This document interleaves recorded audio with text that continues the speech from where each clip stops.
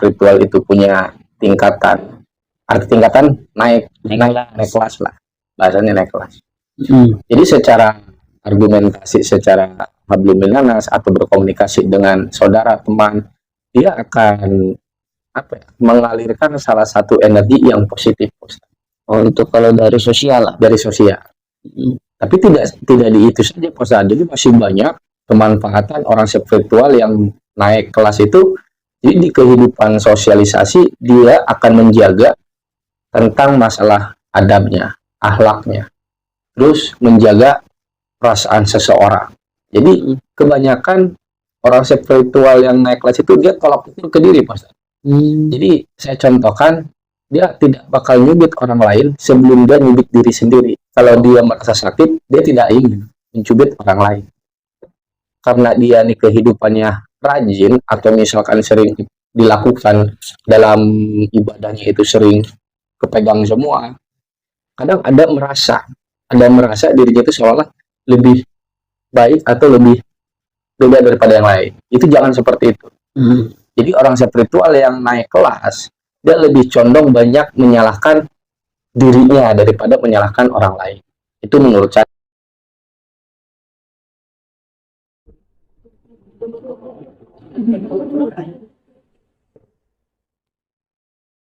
Assalamualaikum warahmatullahi wabarakatuh. Waalaikumsalam warahmatullahi wabarakatuh.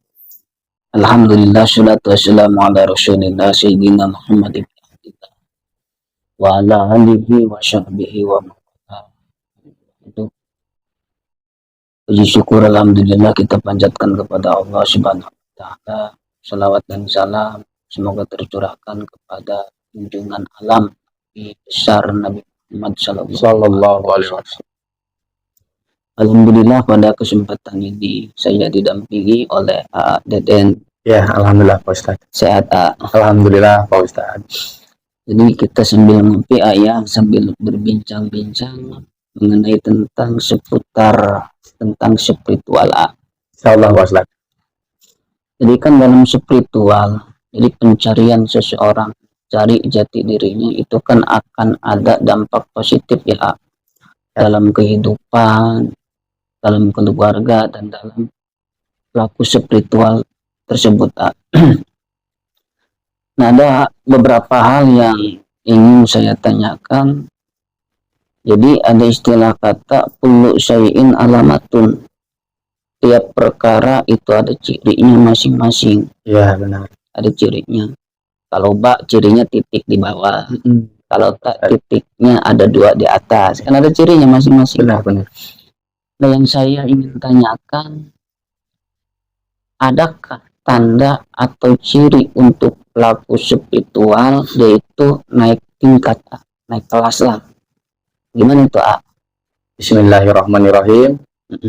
Ya, ini tanggapan saya secara pribadi ya Pak Ustadz ya. Iya.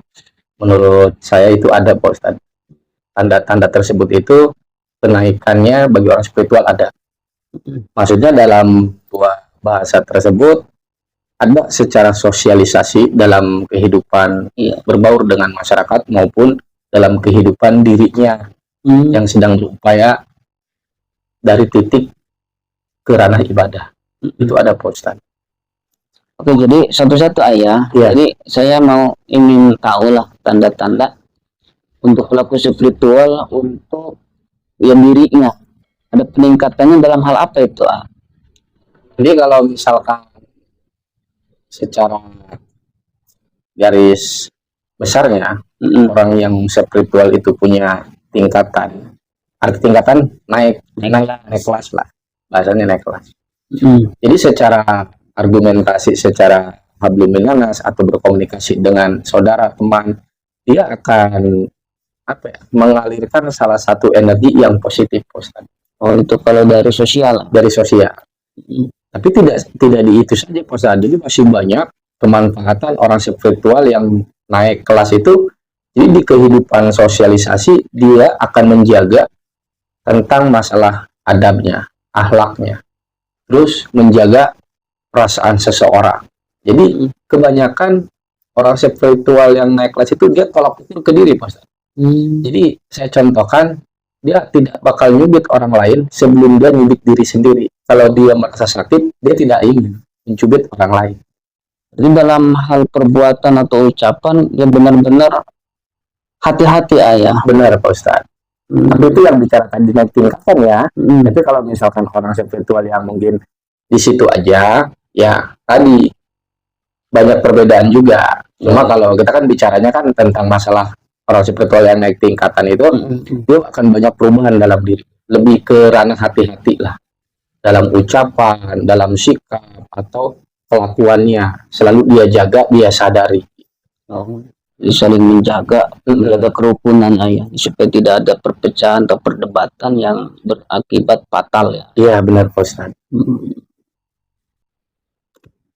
Untuk ininya jadi secara jiwanya bagaimana? Apakah dia instingnya lebih kuat? Apa gimana ciri seseorang naik kelas itu? Nah, jadi yang arah kedua ya, yang ranah kedua yang tadi penilaian secara sosialnya dalam kehidupan sehari maupun secara kepribadian, dia akan punya energi yang memang dia lakukan itu ke hal bab yang lebih taat. Untuk secara pribadinya, secara jadi pribadi. untuk hablum minallahnya, Secara hablum minallah dia akan lebih taat. Apa yang dia lakukan di spiritual ibadahnya itu akan semakin aktif Pak Ustadz. Jadi semakin menjaga. Misalkan orang ini nih jarang zikir tengah malam misalkan ya, karena dia kembali lagi dengan jiwa, pembawaan jiwanya itu seolah-olah lagi naik keimanannya maupun keinginannya dia bakal melakukan hal yang tak pernah dia lakukan dalam kehidupan secara hablum minallahnya gitu. Tidak ada nilai lebih atau pekerjaan lebih ya dari urusan hablum minallah. Biasanya tidak melaksanakan sholat malam, tetapi tidak ini ada mau misalkan sholat malam. Cuma di orang spiritual itu pun kadang harus menjaga keistiqomahan juga. Setelah menjaga keistiqomahan dan jaga secara lahir dan batin agar apa? Agar tidak gampang mempunyai rasa sombong. Itu ada kadang-kadang orang yang memang belajar spiritual karena dia nih kehidupannya rajin atau misalkan sering dilakukan dalam ibadahnya itu sering kepegang semua. Kadang ada merasa dirinya itu seolah lebih baik atau lebih beda daripada yang lain. Itu jangan seperti itu. Jadi orang spiritual yang naik kelas, dia lebih condong banyak menyalahkan dirinya daripada menyalahkan orang lain. Itu menurut saya Pak Ustaz. Jadi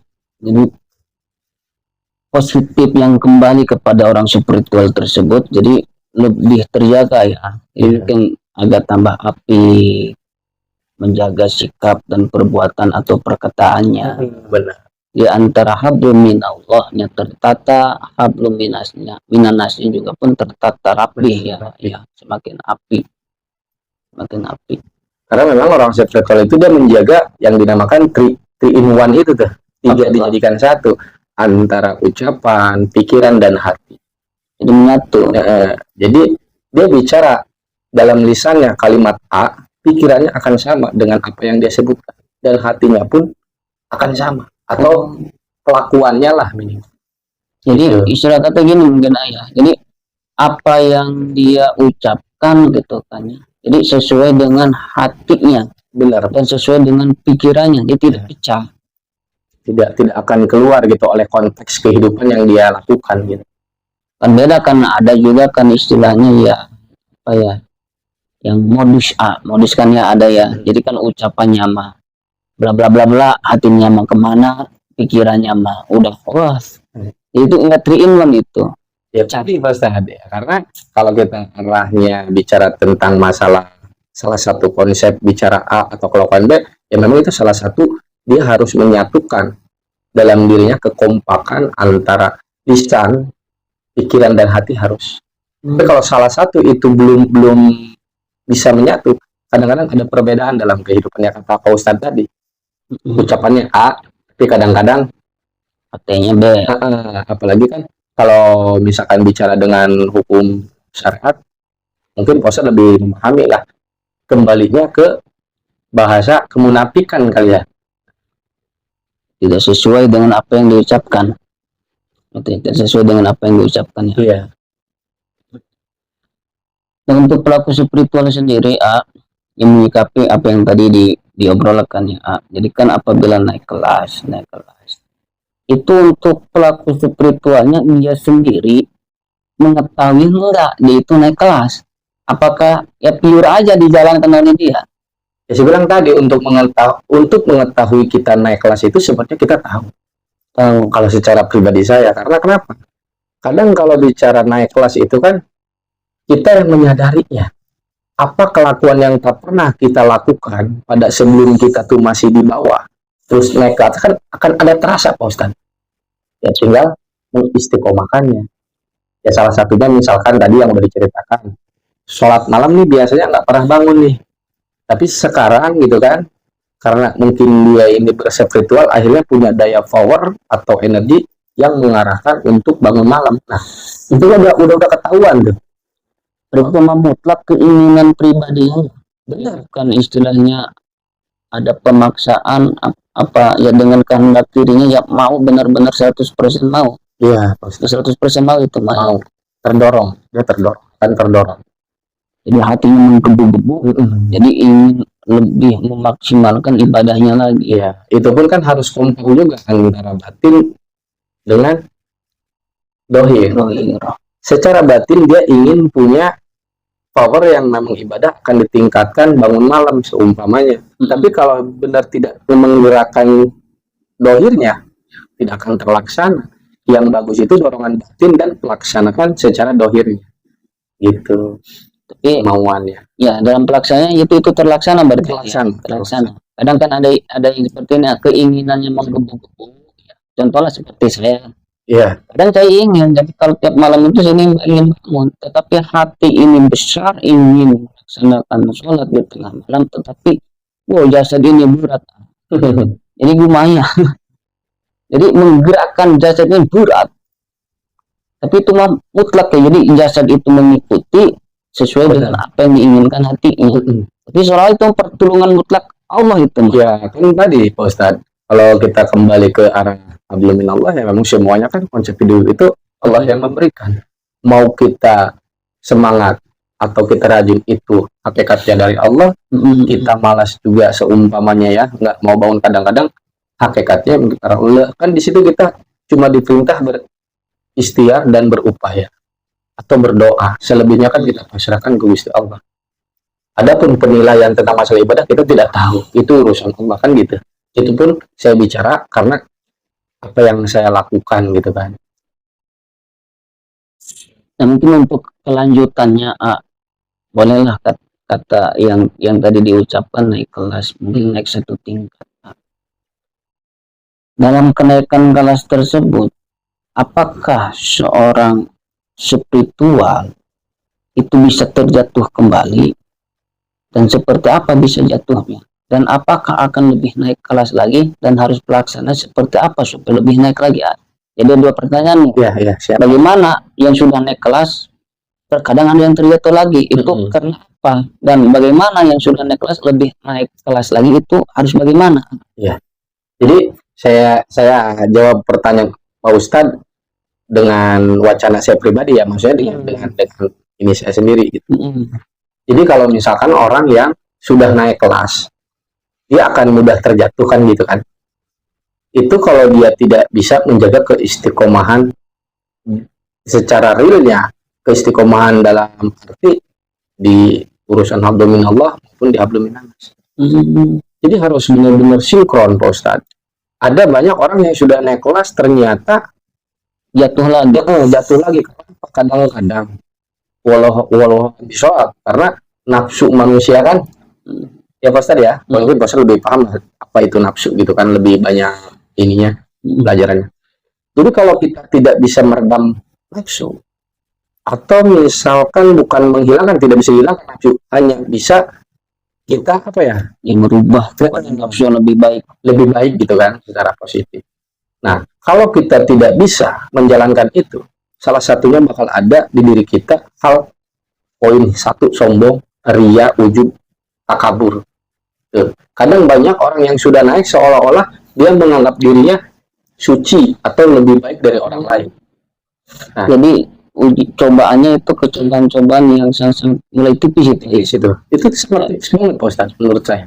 Ya kan mungkin dia itu kan bisa naik kelas. Wah, saya ini sudah bisa nih. Jadi tiap malam saya bangun, belum tentu orang lain itu termasuk ujub ya. Itu membandingkan akhirnya ibadah kita dengan ibadah seseorang itu kita bandingkan seolah kita merasa baik, itu tidak boleh sebelum. Jadi itu bisa terjatuh kembali. Nah, makanya urusan ibadah secara pribadi hablum minallah kita kemas semaksimal mungkin agar orang lain tidak tahu cara ibadah kita. Kenapa seperti itu? Karena biar tidak ada membandingkan cara urusan ibadah. Kadang ada Pak Ustaz. Seumpamanya orang ini rajin bangun malam zikir ribuan sampai puasa. Saya tidak menyalahkan, itu sangat bagus, konsep di kehidupan itu sangat bagus, sangat luar biasa. Terkadang kan ujian kita nggak tahu, ketika dia dibikin rajin, kadang-kadang hati kan perang, soalnya kamu udah baik, kamu udah luar biasa, benar tidak? Nah sehingga apa, sudah ada rasa pengakuan dalam dirinya, itu yang tidak boleh. Itu makanya orang tua dulu berbicara tentang bahasa Sunda sih ya, handap asor itu tuh, yang saya pernah dengar dulu. Karena kenapa? Beliau sering mengkiaskan ke kehidupan alam itu seperti contohnya kalau kamu punya ilmu, seperti ilmu padi, semakin mengisi, semakin merunduk. Artinya mungkin menurut saya, semakin kita paham dan kita nih lebih istiqomah, kita semakin takut. Itu bukan semakin berani, semakin takut, jadi bukan semakin ujub ya. Terus yang satunya tadi bagaimana tuh? Sudah bisa naik kelas, tambah naik lagi. Oh, misalkan nih yang udah naik kelas, kita ngomongnya ke arah ini ya, ke rasional ya. Kita alihkan ke kehidupan dulu. Misalkan contoh, semuanya kita kelas 1 naik ke kelas 2, itu pun butuh proses pelajaran yang sangat luar biasa dalam kehidupan.